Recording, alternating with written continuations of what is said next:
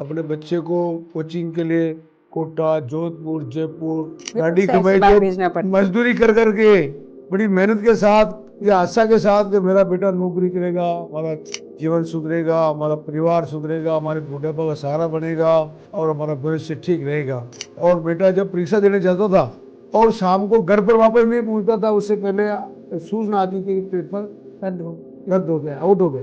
कि जब सरकार उनकी थी तो आपके साथ सौतेलापन का व्यवहार हुआ, वैसा ही आज आपकी सरकार उनके साथ कर रही है। बिल्कुल नहीं, सबको समानता के साथ विकास हो रहा है, कोई सौतेला व्यवहार नहीं हो रहा है।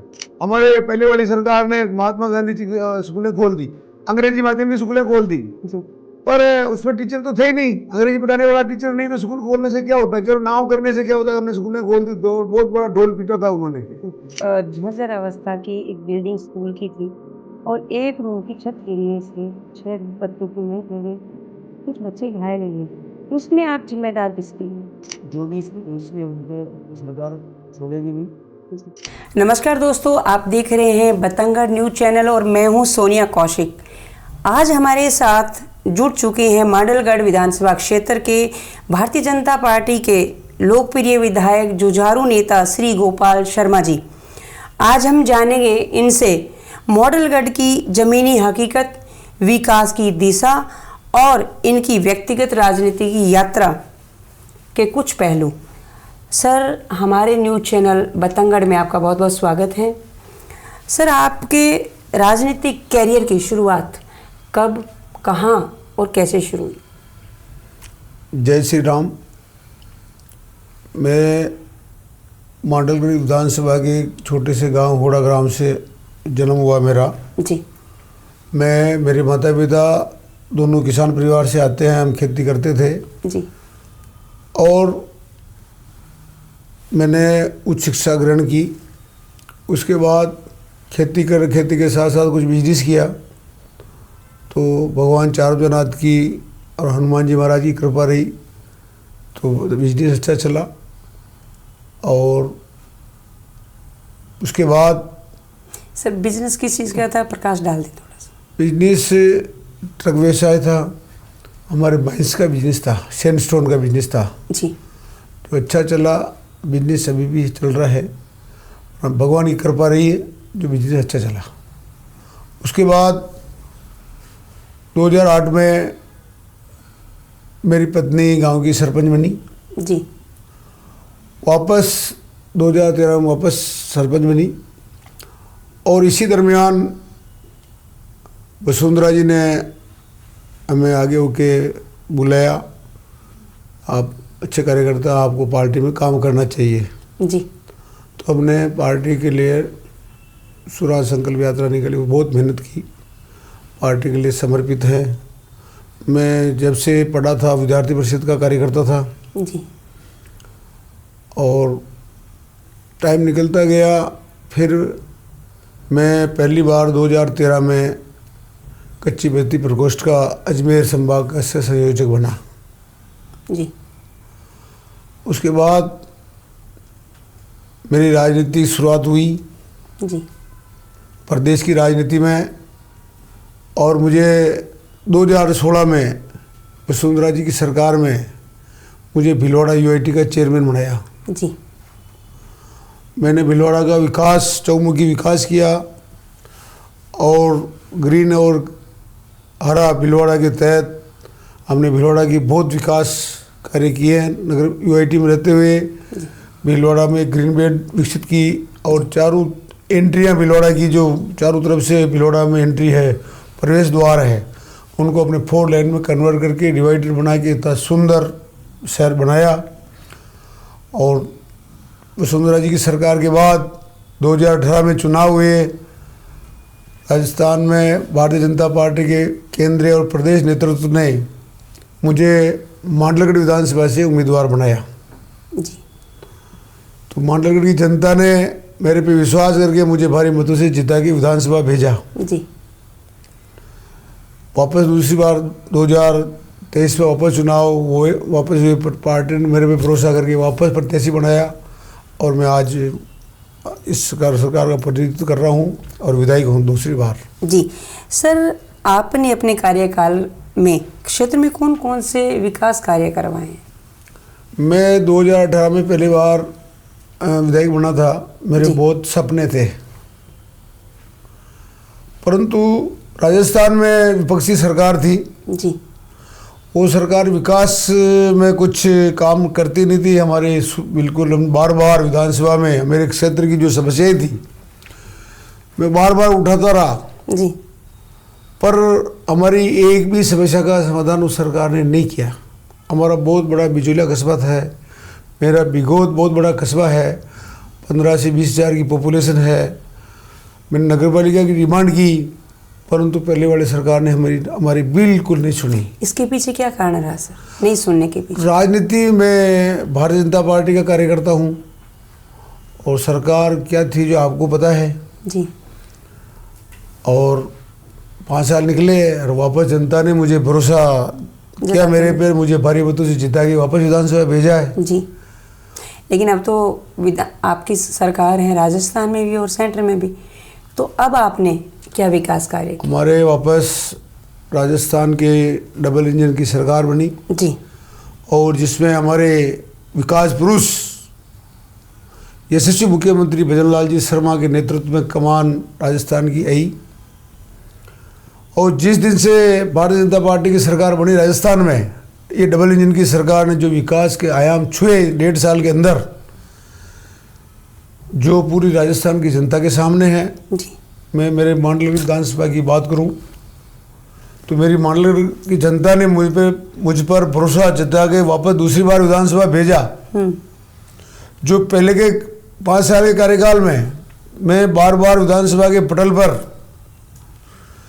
विभिन्न तरह की हमारी मांगे थी, जनता मेरे से डिमांड करती थी, मैं विधायक था, परंतु वो सरकार हमारा एक भी काम उन्होंने नहीं किया।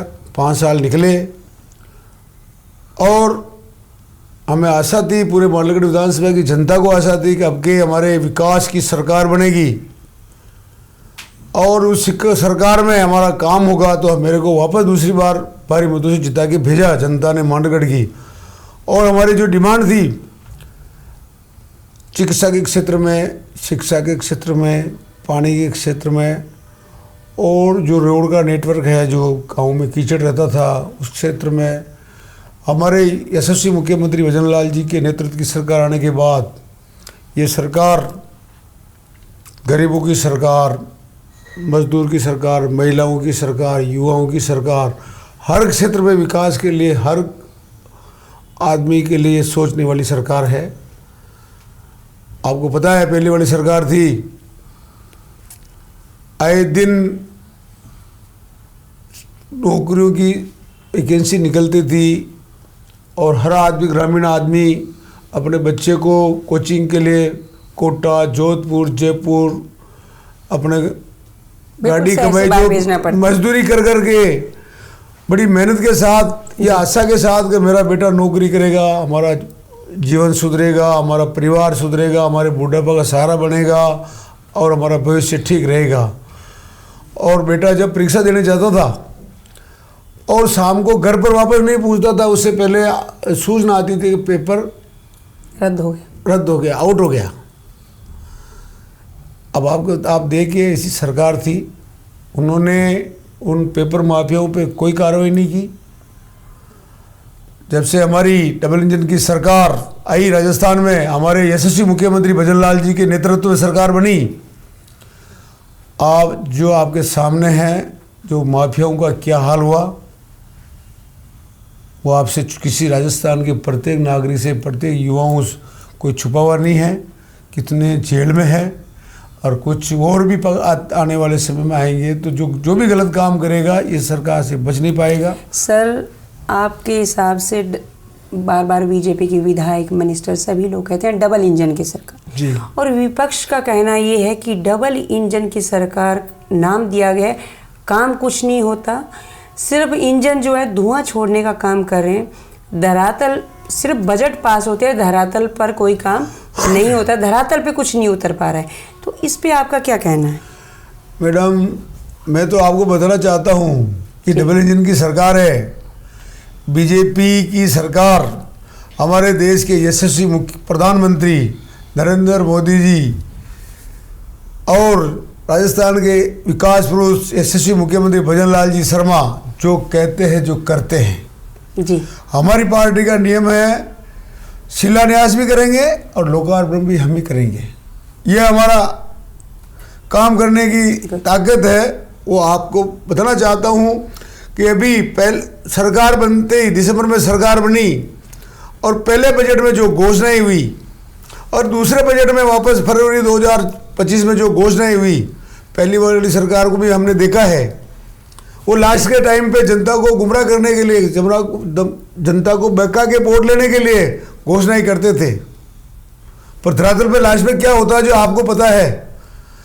परंतु आप देखिए हमारे यशस्वी मुख्यमंत्री जी ने, भजन लाल जी शर्मा जी ने आते ही जो विकास हर क्षेत्र में हर विधायक से पूछ के कि आपके जो विकास में जो कमी रही है, जो आपके आने वाले समय के लिए 2047 का भारत, विकसित भारत के लिए क्या क्या आवश्यकताएं हैं, आप लिख के दीजिए। हमने जो भी डिमांड की हमारे बजट में घोषणाएं हुई। मैं आपको बताना चाहता हूँ कोई घोषणा ही नहीं हुई मैडम जी। आज बजट घोषणा होती है, तीसरे दिन हमारे प्रभारी सचिव, प्रभारी मंत्री जी आते हैं और उसके ऊपर काम चालू होता है।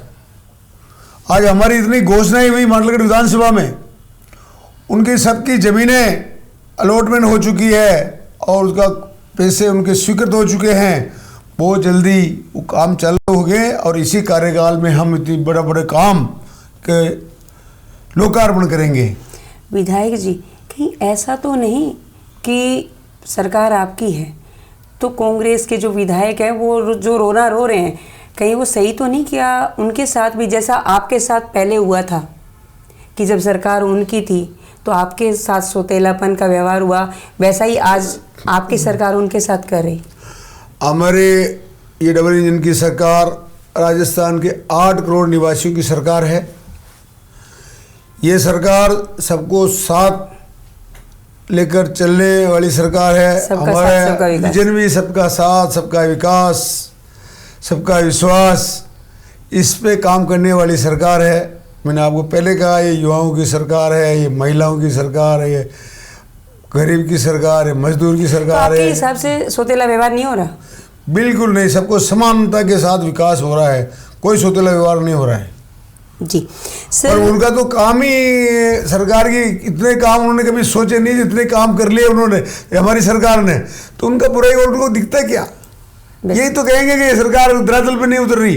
धरातल पे क्या नहीं उतरी उनको पता चलेगा अगर जब ये जितनी घोषणाएं हुई जिनका सबका लोकार्पण हमारे यशस्वी मुख्यमंत्री जी द्वारा होगा, तब आपको सबको पता चलेगा कि ये विकास की सरकार है, आम आदमी की सरकार है, किसानों की सरकार है, गरीब की सरकार और ये युवाओं की सरकार। जी, 1.5 साल बनाम 5 साल, ये मुख्यमंत्री जी का कहना था जी। तो आपके 1.5 साल में क्या क्या घोषणाएं हुई, क्या क्या धरातल पे उतर रहे हैं, क्या क्या आपके कार्य हुए हैं, वो एक बार थोड़ा सा बता दीजिए। मेरी मांडलगढ़ विधानसभा में मेरे को भी राजनीति में देखते हुए इतने साल हो गए जी। विकास के कोई ज़्यादा काम नहीं हुए थे, परंतु हमारी ये डबल इंजन की सरकार, ये विकास की सरकार, हमारे राजस्थान के यशस्वी मुख्यमंत्री भजन लाल जी की सरकार, जो हमने कभी सोचा नहीं है जितना काम हमारे मांडलगढ़ विधानसभा में विकास के किए। हमारा भीलवाड़ा से 50 किलोमीटर से 100 किलोमीटर 100 किलोमीटर की दूरी तक हमारा विधानसभा क्षेत्र है। हमारा मांडलगढ़ कस्बा बहुत बड़ा कस्बा है, पूरे क्षेत्र में कृषि प्रधान क्षेत्र है जी। हमारा एक हाईवे मांडलगढ़ होकर भीलवाड़ा से कोटा जो वाया हाईवे है वो भीलवाड़ा मांडलगढ़ से होकर निकलता है। यहाँ पे बहुत बड़ी मांग थी जिला उप अस्पताल की, जो ये अस्पताल की हमें पहली वाली पूर्ववर्ती सरकार में मांग करता था जी। और हमारे बिजूलिया बहुत बड़ा कस्बा है, वहाँ भी नेशनल हाईवे खंड क्षेत्र है, सैंडस्टोन का सबसे राजस्थान का नहीं भारत का बड़ा क्षेत्र है जी। वहाँ पे हमेशा आए दिन खान चलती है, एक्सीडेंट होते रहते हैं, हाईवे भी है।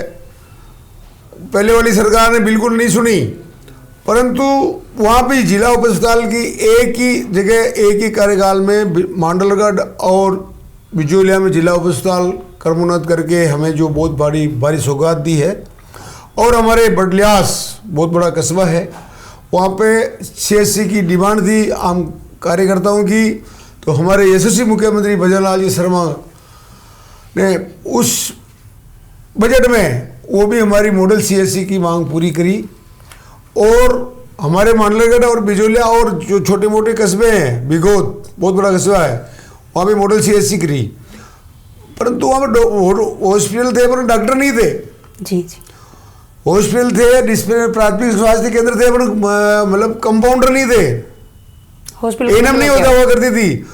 परंतु हमारे ये डबल इंजन की सरकार जब राजस्थान में बनी 2023 में, जब से काम संभालने के बाद आज हर गांव में, हर ऑफिस में, हर हॉस्पिटल में आज कर्मचारियों की संख्या बढ़ी है, और आने वाले समय में हमारे 5 लाख 6 लाख का लक्ष्य रखा है। जी।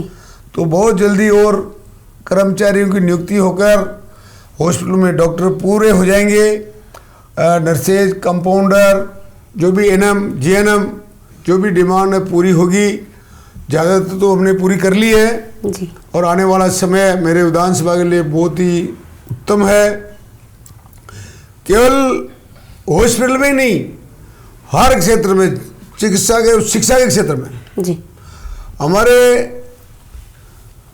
मांडलगढ़ विधानसभा में बहुत लंबी विधानसभा है, और SC ST के और सभी जाति के, सभी धर्म के लोग रहते हैं वहाँ पे। शिक्षा के क्षेत्र में जो समस्याएं थी, स्कूल तो थे परंतु टीचर नहीं थे जी। ये बहुत बड़ी समस्या है। हमारे पहले वाली सरकार ने महात्मा गांधी जी स्कूलें खोल दी, अंग्रेजी माध्यम की स्कूलें खोल दी जी। पर उसमें टीचर तो थे ही नहीं, अंग्रेजी पढ़ाने वाला टीचर नहीं, तो स्कूल खोलने से क्या होता है, केवल नाम करने से क्या होता है। हमने स्कूलें खोल दी, तो बहुत बड़ा ढोल पीटा था उन्होंने। परंतु हमारी सरकार आने के बाद जो भी व्यवस्था, जो पूरी अच्छी व्यवस्था चल रही है, आज हमारे मांडलगढ़ विधानसभा में पहली बार बच्चे और बच्चियां भारी संख्या में 90% से अबोव रिजल्ट लाके रिजल्ट आया है। मैं उनको बहुत बहुत बधाई देता हूँ, उज्जवल भविष्य की कामना करता हूँ।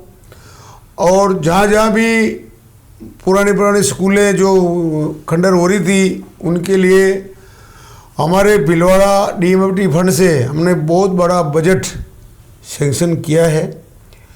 111 करोड़ रुपये हमारे मांडलगढ़ विधानसभा में DMFT फंड के माध्यम से विकास के लिए हमारे स्वीकृत हुए हैं, जिनका काम अभी चालू हो गया है। और भी मैं आपको बताना चाहता हूँ, हमारे बिगोद और मांडलगढ़ 2 बहुत बड़े कस्बे हैं जी। पहली वाली सरकार में हर साल जब भी सत्र चलता था, मैं डिमांड करता था कि ये बड़े कस्बे हैं, 15-20 हज़ार से 25 हज़ार की पॉपुलेशन रहती है, इनको विकास के लिए नगर पालिका में करना, तो उन्होंने हमारी नहीं सुनी। परंतु हमारी सरकार, हमारी डबल इंजन की सरकार, हमारी विकास की सरकार, और स्वच्छता मिशन तो हमारा है ही, तो उसके तहत हमारे बिगोद और बिजोलिया कस्बे को नगर पालिका में कर्मोन्नत कर आज नगर पालिका वहाँ पे काम कर रही है। ये कहते हैं ना, काम नहीं होता है जी, नगर पालिका काम कर रही है। सर, अभी हाल ही में कुछ दिन पहले एक झरझर अवस्था की एक बिल्डिंग स्कूल की थी, और एक रूम की छत गिरने से 6 बच्चों की मौत हो गई थी, कुछ बच्चे घायल हो गए थे। उसमें आप जिम्मेदार किसको मानते हैं? ये हृदय विदारक घटना है। मैं भगवान से प्रार्थना करता हूँ बच्चों को भगवान के श्री चरणों में स्थान दे, और उनके परिवार को ये वज्रपात को सहने की शक्ति दे। और ये हमारी सरकार है, जो भी इसमें दोषी है उनको हमारी सरकार छोड़ेगी नहीं जी। और जहाँ जहाँ भी है हमारे इसके बाद हमारे पूरे क्षेत्र में सर्वे करा के जो भी पुराने भवन हैं उनको लिस्ट बना के जिनको डिस्मेंटल करना उनको करा के, इतना अच्छा काम हमारी सरकार ने भी किया है। आने वाले समय में ऐसी दुर्घटना की पुनरावृत्ति वापस नहीं होगी। जी जी। सर, क्या कोई औद्योगिक क्षेत्र या ट्रेनिंग सेंटर मांडलगढ़ में प्रस्तावित हुआ है?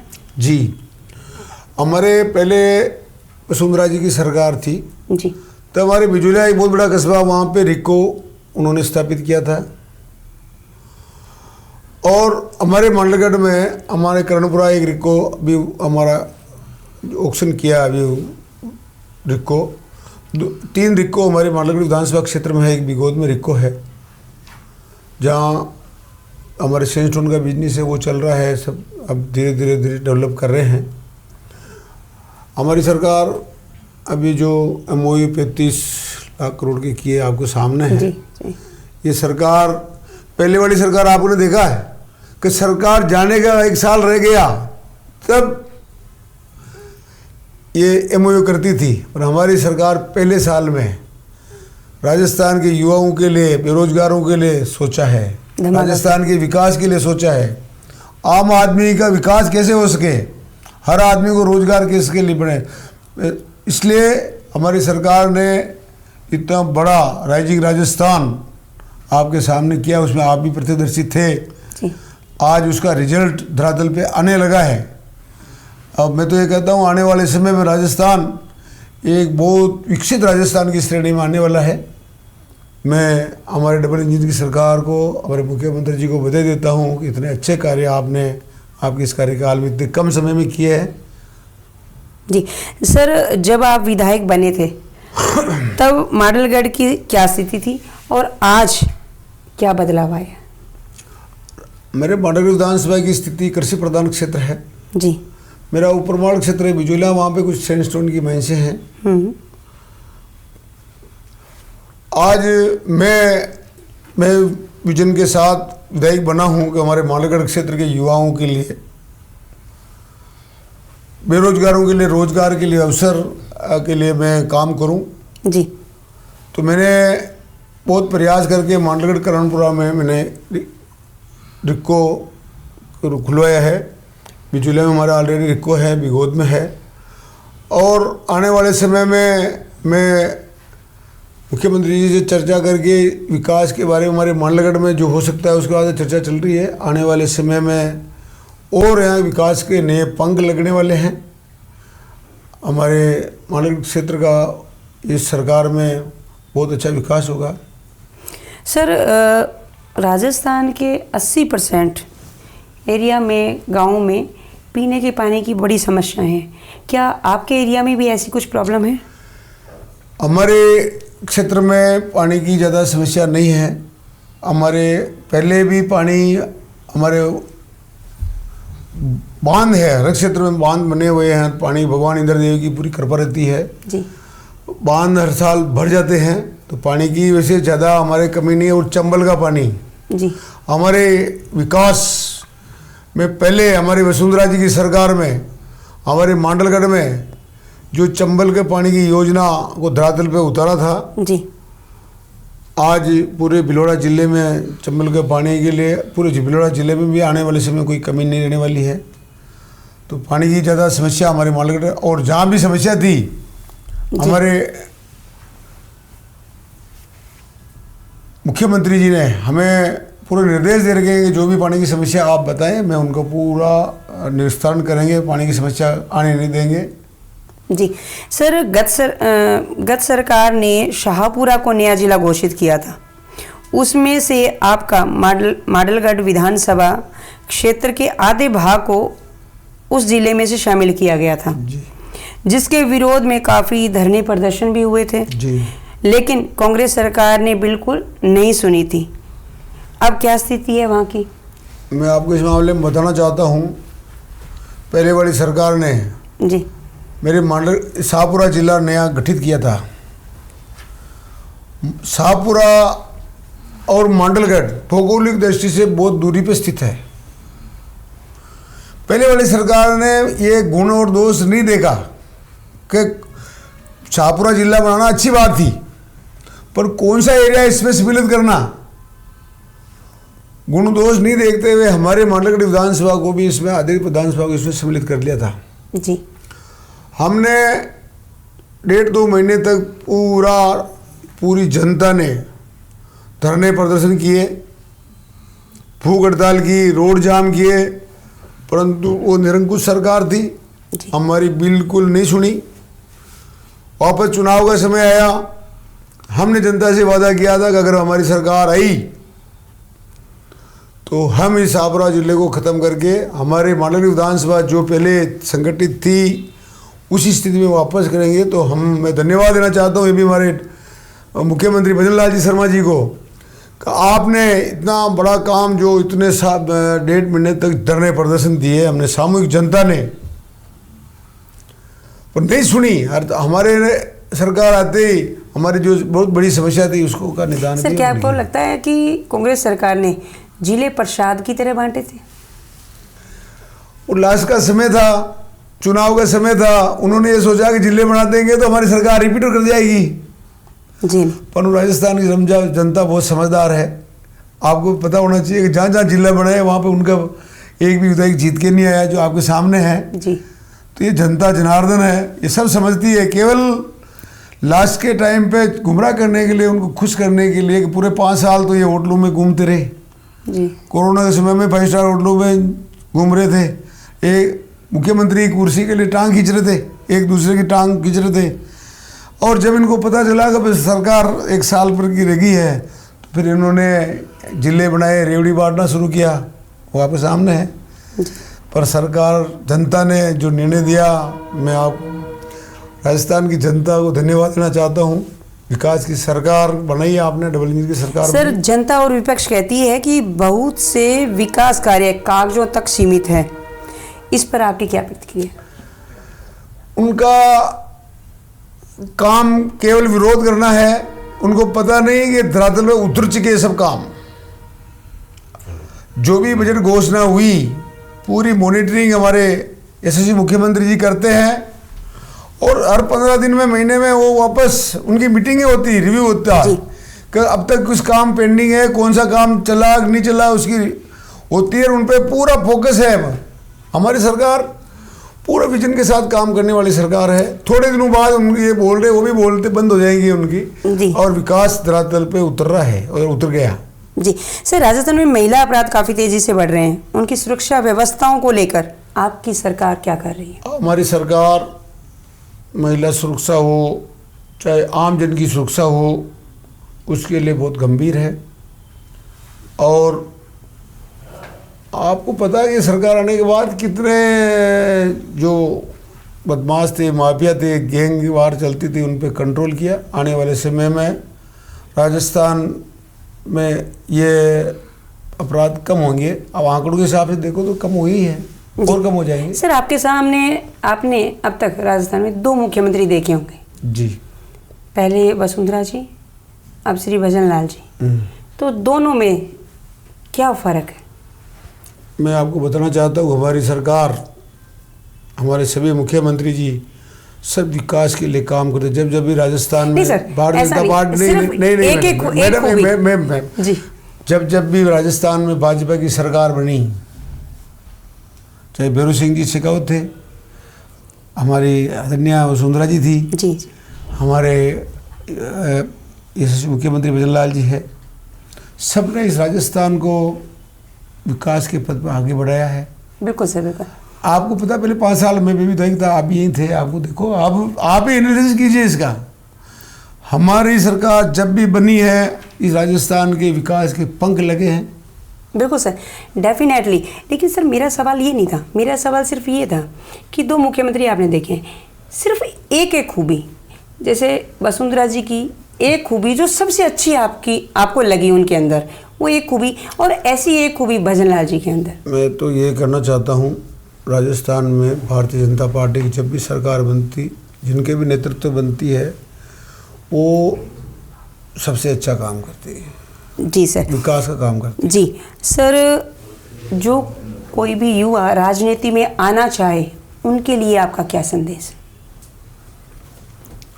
हमारी पार्टी में जो भी विकास का काम करने वाला युवा हो, वो युवा तो इस देश का भविष्य है जी, और अच्छा काम करने के लिए सबका स्वागत है। गोपाल शर्मा जी, आपने अपने विचारों, अनुभवों और क्षेत्रीय विकास की बातें हमारे साथ साझा करी, इसके लिए आपका बहुत बहुत धन्यवाद। फिर मिलते हैं एक नई शख्सियत के साथ। तब तक बने रहिए न्यूज़ चैनल बतंगड़ में। मैं सोनिया कौशिक। जय हिंद, जय भारत, जय राजस्थान।